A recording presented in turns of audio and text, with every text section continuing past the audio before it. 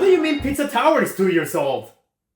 Crazy, right? Pizza Tower has finally turned 2 years old.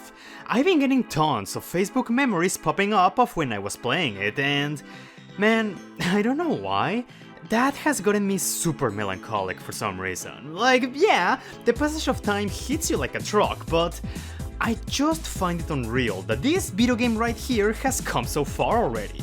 On the surface, Pizza Tower may seem like a fun and quirky indie platformer. Or that's what I thought at first, but never did I imagine how much impact a video game like this could have in my life. It's because of that I want to go back and give Pizza Tower the spotlight once again. After 2 years, does it still hold up? Yes, of course it still does.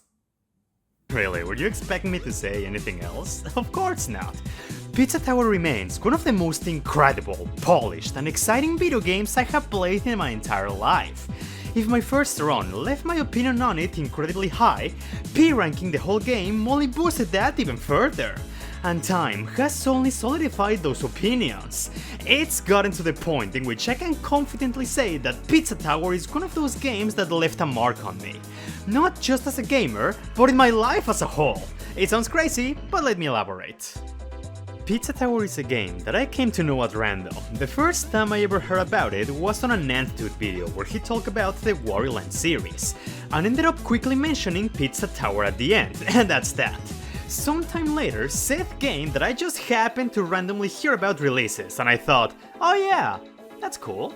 Yeah, I wasn't particularly excited about it because I've spoken about this, but back then I didn't have the best impressions of the Wario Land series.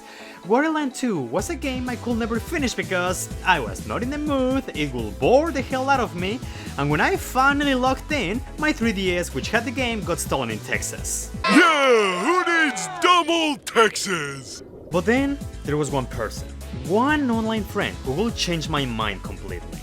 My friend Dylan, also known as the guy who drew all of my Pizza Tower thumbnails. He ended up playing Pizza Tower and like, you ever see a person get so excited, so passionate about something that it makes you think, hey, I wanna be that happy too, I should try that thing they're enjoying. Yes, he was the type of person. He will constantly post and talk about how incredible Pizza Tower is, and I remember it so well. When he uploaded a video of him P-ranking Peak City, that blew me away. I was so impressed by the sense of speed, the creativity of the level, and just how much personality the game had. That was the video that told me I should play Pizza Tower, and that's exactly what I wanted to do. But before that, I put a kinda dumb self-imposed barrier on me. I thought that if I wanted to play Pizza Tower, a Wario Land inspired indie game, then I should play some Wario Land games, at least Wario Land 4 since that's usually everyone's favorite. That way I'll be able to appreciate it even further. Whether that was a dumb decision or not, I cannot say it was a waste. Funny enough, around that time, it just so happened by some mere coincidence that Nintendo decided to release Wario Land 3 on the online service, and that was my ticket to get to Pizza Tower. I played Wario Land 3 and I liked it, I thought it was a fun game, nothing more than that. Eventually I moved to Wario Land 4 and it was a massive improvement. You see, I like my platformers to be fast, always keeping me on the move. Wario Land is a series mostly about exploring, experimenting, and taking your time. But 4 struck a great balance of exploration and keeping you on the move, which I liked a lot. The escape sequences in particular were incredible. This game resonated much better with me. So once I was finally done with that, I got a gift on Steam. My friend Dylan sent me a message that said, Luis, pizza time, buckle up. Now that I look back at it, that buckle up meant much more than I thought. I boot up the game and what I get is...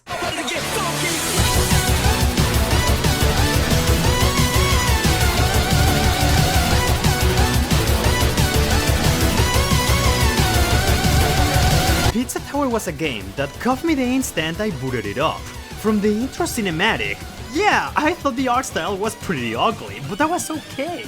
It was so absurd and funny that I just didn't care. The way in which the characters moved and looked was bursting with so much personality. It didn't take me too long to get attached to Pepino as a main character just because of how entertaining he was to look at.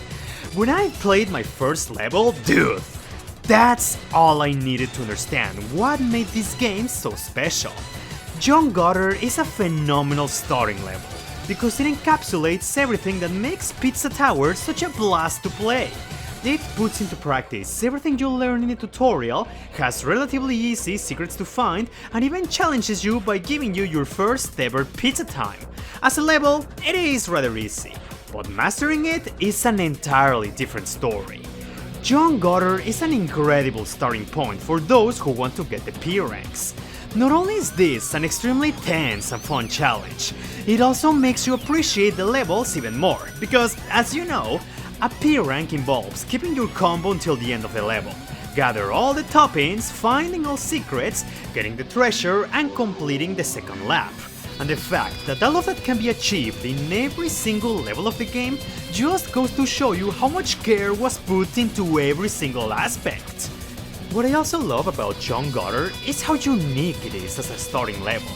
Normally, for a first level in a platformer, you will think of green plains, a city, or something like that. And yeah, John Gutter does have some city undertones to it. But it also goes even more nuts with the concept. It's a city, a jungle, a castle, and it has all of those jump pillars all over the stage with a strong emphasis on the color purple. And this feeling also extends to the music. Tell me, does this sound like a level 1 song?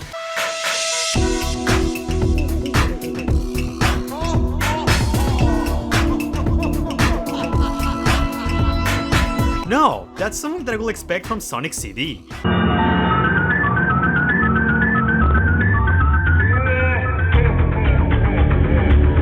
Nonetheless, John Gutter was phenomenal. It delivered a great first impression on me, which only made me all the more excited to continue playing.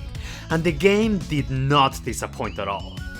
One of the best things about Pizza Tower is that, no matter which level I found myself in, there was always an element of surprise, something that will subvert my expectations or something extremely memorable.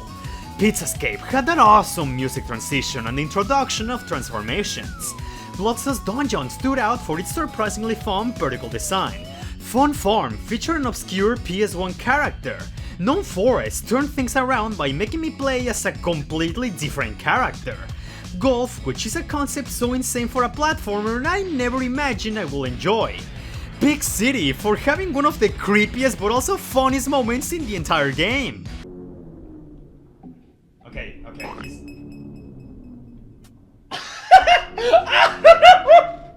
Don't make a sound, which actually managed to scare me sometimes.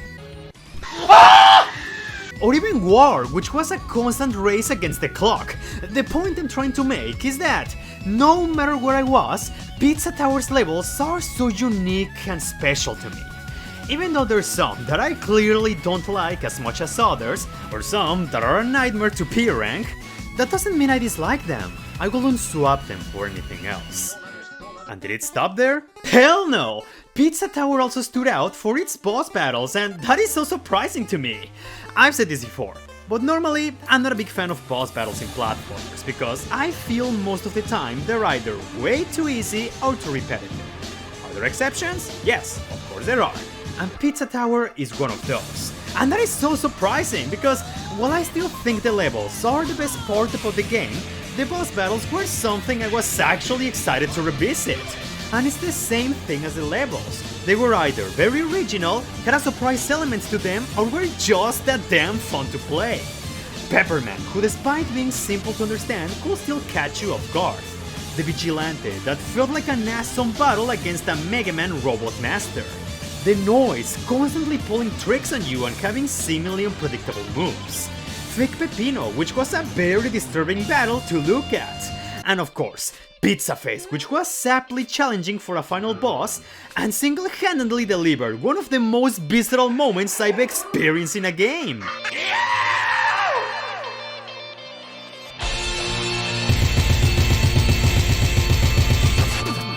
And I just want you to take something in mind. All of this stuff that I just talked about was only my first playthrough. Pizza Tower was a masterpiece for me already, but I wasn't done. I wanted more, and more is exactly what I got.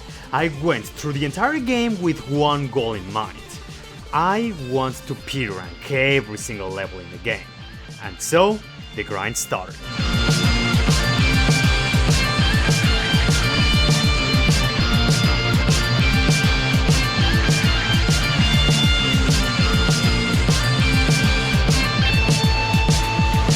P-ranking all of Pizza Tower is an experience I'll never forget. Not only because that was one of my most successful streaming sessions at the time, but because of the sheer amount of energy there was behind it.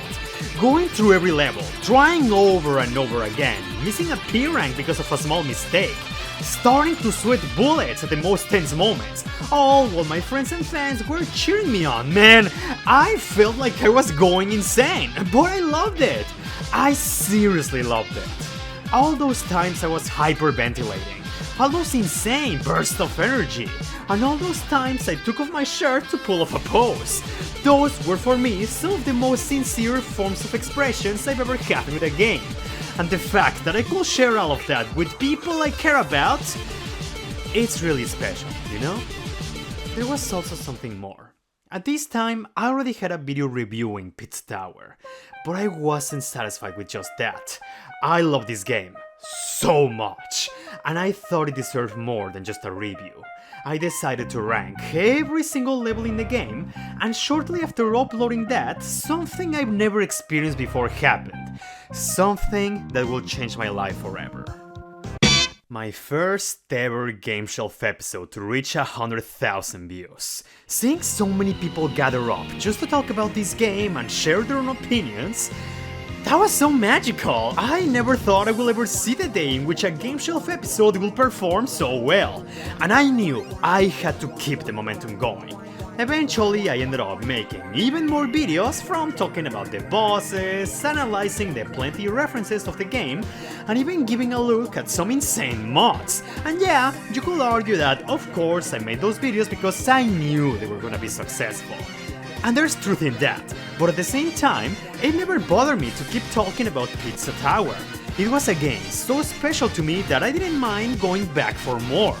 I didn't mind putting the extra effort for it, and I certainly love exposing more people to this masterpiece. But this experience didn't just mark record-breaking numbers for my channel.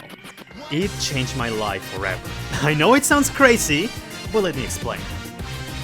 Back in 2023, thanks to therapy, I knew I had to make a big change in my life.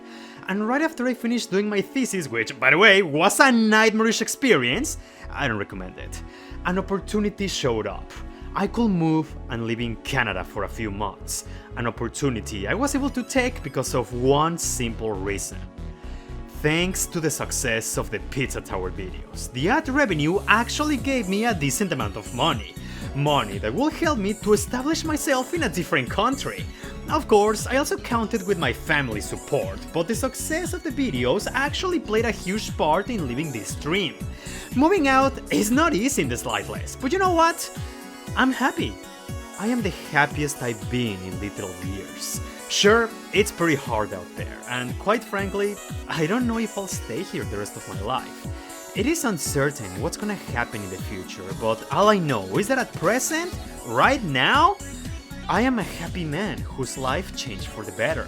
And the fact that this was achieved in big part due to a silly video game and a bit of luck from the algorithm, that almost sounds like a made-up story, but no, it's true, and the proof is right here.